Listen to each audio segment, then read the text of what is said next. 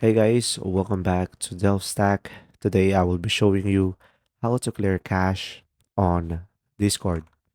To do this process, first thing is you can just simply go ahead and go through the phone settings. Now, once you are here on the settings, guys, you can just simply go ahead and scroll down until you find here apps. Now, once you are here on the apps, you can just simply go ahead and find Discord application over here. Or, of course, you could just simply search at the search bar at the top. And now, just simply tap on Discord. And from here, you will have an option, the storage. So here on the storage, as you can see down below, you should be able to see clear cache. So from here, just simply tap on clear cache over here, and it will clear the cache on Discord.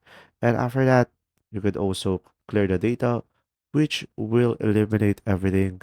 And remember that this will reset the app and it will log you out into your account. And pretty much that's all you can do.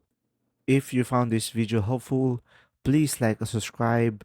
And if you have any questions, just simply go ahead and comment down below, and we will do our best to answer them all. And see you in the next video.